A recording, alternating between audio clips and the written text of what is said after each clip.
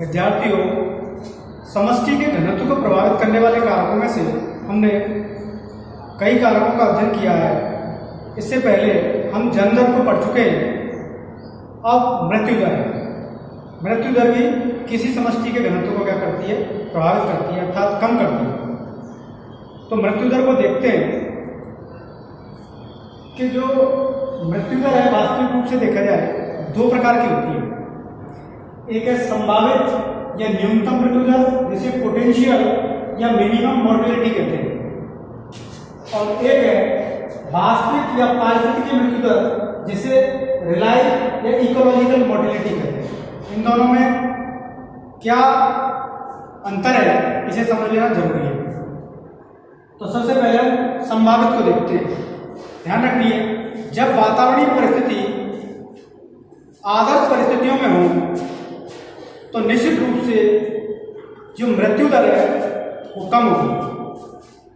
इसका मतलब है जो भी जीवों की मृत्यु होगी वो उनकी कार्यकीय दर पर होगी, अर्थात उनकी खुद की क्षमता पर होगी, उसे वातावरण प्रभावित नहीं करेगा। इस प्रकार की मृत्यु दर में कोई भी जीव अपनी अधिकतम संभव आयु प्राप्त करने के बाद ही मृत्यु को प्राप्त करता है। इसका मतलब है जब वातावरणीय परिस्थिति अनुकूलित होगी तो कोई भी जीव अपनी अधिकतम आयु प्राप्त करने के बाद ही, अर्थात वृद्ध होने के बाद ही मृत्यु को प्राप्त करता है। तो निश्चित रूप से इसमें मृत्यु दर क्या होगी? कम होगी।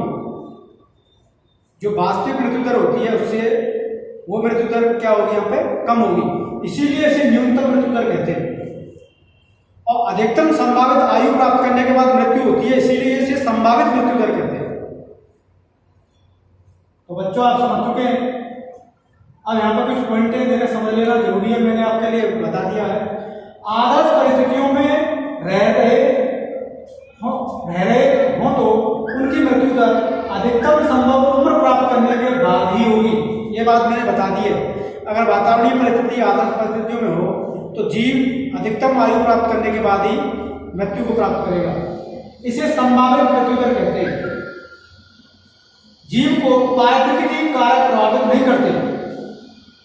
क्यों? ध्यान रखिए, जीव को पारिस्थितिकी कारक अर्थात वातावरणीय कारक प्रभावित नहीं करेंगे। तो जीव की जो मृत्यु होगी उसके खुद के कारकीय के कारण होगा, फिजियोलॉजी के कारण उसकी मृत्यु होगी। चूंकि यह दर न्यूनतम मृत्यु दर होगी, क्योंकि जब वातावरणीय कारक अनुकूल स्थिति में तो निश्चित रूप से यहाँ मृत्यु दर न्यूनतम होगी। अब नोट यहाँ पे लिखा हुआ है, प्रकृति में सदैव इस मृत्यु दर से या दर से अधिक मृत्यु होती है। तो प्रकृति, ये तो आदर्श परिस्थितियों में मृत्यु है, लेकिन आदर्श परिस्थितियां तो रहती नहीं है। तो निश्चित रूप से जो मृत्यु दर होगी तो वो वास्तविक होगी, वो अधिक होगी। अब अगर हम देखें वास्तविक परिस्थिति की मृत्यु दर, तो वास्तविक परिस्थिति की मृत्यु दर उसे कहते हैं जहां पर जीवों की मृत्यु को कारकीय तथा वातावरणीय कारक दोनों प्रभावित करेंगे। वातावरण प्रभावित करेगा और जीव स्वयं प्रभावित करेगा। कारकी से मतलब है जैसे किसी जीव में श्वसन की कमी हो, श्वसन ज्यादा हो या ना हो, या कोई विकार पैदा हो जाए, या उसका प्रोटीन का पाचन ना हो, या वसा का निर्माण ना हो, तो ये सारी क्रियाएं क्या है? कारकीय है।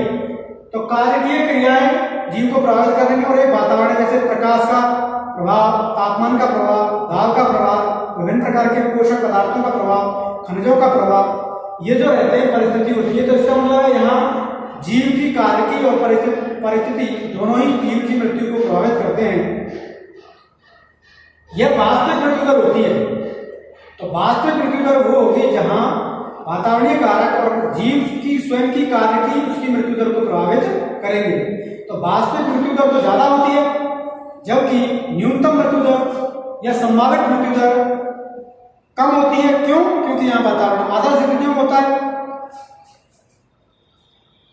अब अगर हम मृत्यु दर का यहाँ पे सूत्र देखें तो यहाँ पे देखो, मृत्यु दर बराबर है कुल संख्या में मृत्यु के कारण हुई कमी और समय, लगने वाला जो भी समय उसी हम क्या है। तो समय का भाग दिया जाता है जो समष्टि में जिन सदस्यों की संख्या में कमी हुई है, उस कमी में मान लो किसी समष्टि में 50 सदस्य, उसमें से 20 सदस्यों की मृत्यु हो जाती है, तो निश्चित रूप से उस कमी में, तो कमी कितनी हुई है 20, तो 20 में कितने का, ये मान लो 1 घंटे में वो कमी हुई है, तो 20 में भाग दिया जाएगा 1 का। अब एक अन्य शब्दावली, अन्य में जो जिसका मृत्यु दर से कोई संबंध नहीं है, वो अलग शब्दावली है, इसके बारे में अध्ययन करते हैं। ये कह रहा है अंतरजातीय प्रतियोगिता, जिसे इंटर स्पेसिफिक कंपटीशन या इंटरएक्शन कहते हैं। तो अंतरजातीय जो कंपटीशन होता है, अंतरजातीय से मतलब है दो अलग अलग जातियों के मध्य क्या होगा, प्रतियोगिता होगी। तो ये प्रतियोगिता 3 प्रकार की होती है। नंबर 1 शिकार, दूसरा एलिलोपैथी और तीसरा पोषक परजीवी संबंध, जिसे होस्ट पैरासाइट रिलेशनशिप कहते हैं। अब इन तीनों के बारे में अगर हम पढ़ें, पहला नंबर है शिकार। ध्यान रखिए, शिकार की प्रवृत्ति सामान्यतः यह प्रक्रिया जंतुओं में पाई जाती है, जहां एक जीव दूसरे जीव को मारकर क्या करता है, खाता है, उसका शिकार करता है। दूसरा उदाहरण है एलिलोपैथी।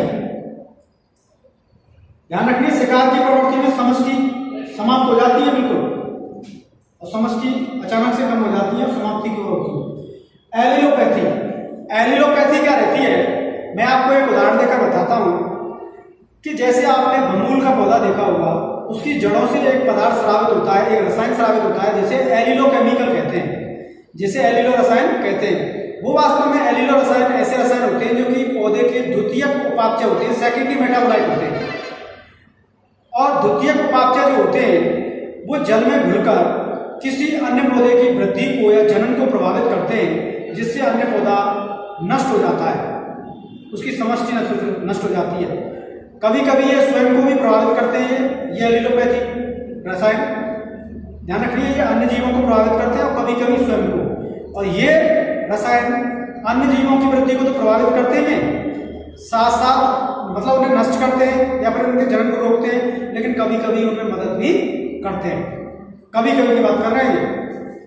अब पोषक परजीवी संबंध।